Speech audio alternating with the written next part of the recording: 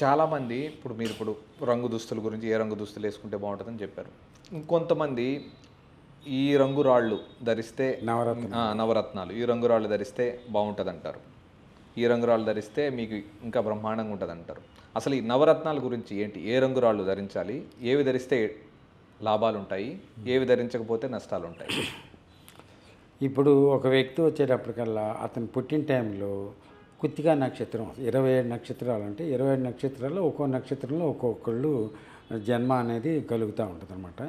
కృత్తికా నక్షత్రంలో జన్మించిన వాడికి ఎప్పుడు కూడా పగడం అనేది అతనికి కలిసి వస్తుంది. ఎరుపు అనమాట, పగడం కలిసి వస్తుంది అనమాట. మళ్ళీ నీలం కలిసి వస్తుంది. ఎప్పుడైతే అతని జాతకంలో కొన్ని బాగోక వృద్ధిలోకి రాకుండా సమస్యలు బాధల్లో ఉన్నప్పుడు పండితులు కానీ మహనీయులను దర్శించినప్పుడు పగడం ధరించండి అంటాడు, లేదంటే నీలం ధరించండి అంటాడు. అంటే ఆ యొక్క పీరియడ్స్ని బట్టి అతని జాతకంలో వయసుని బట్టి ఒక కాల నిర్ణయితను నిర్ణయించి అది ఏ మహర్దశలో ఉన్నాడు. శుక్ర మహర్దశలో ఉంటేనేమో డైమండు లేకపోతే కనకపుష్యరాగం ఈ విధంగా నిర్ణయించి వాళ్ళకి ఆ జాతి రాళ్ళు వాళ్ళకి చెప్పి ధరించినప్పుడు వాటి యొక్క ఫలితాన్ని పొంది మంచి వృద్ధిలోకి వెళ్ళి అతనికి ఉన్నటువంటి బాధలు ఆ నెగిటివ్ ఎనర్జీస్ అన్నీ కూడా పోయి సక్సెస్ఫుల్గా ఉంటాడు.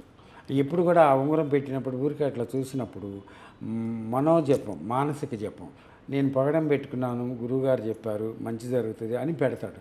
అది ఎప్పుడు కూడా అది చూసినప్పుడల్లా అది రిపీట్ అవుతూ ఉంటుంది. దాన్ని మానసిక పూజ అంటాడు. Positive vibration. ఎప్పుడైతే ఆ మానసిక పూజ చేస్తుంటాడో యద్భావం తద్భవతి, అది వాడికి అతనికి ఏమవుతుందంటే ప్లస్ పాయింట్ అవుతుంది, మంచి జరుగుతుంది. అట్లా 9 గ్రహాలకి 9 రాళ్ళు వాళ్ళ జీవిత కాలంలో వాళ్ళు పుట్టిన సందర్భాలు వాళ్ళ వయసు సందర్భాలను బట్టి అవి ధరించడం వల్ల మంచే జరుగుతుందని, చెడు మాత్రం ఇప్పటివరకు చరిత్రలో లేదు. అది చాలా క్షుణ్ణంగా జాగ్రత్తగా వయసుని బట్టి ఆ మహర్దశని బట్టి అది నిర్ణయం చేసి పెట్టుకోవాలి.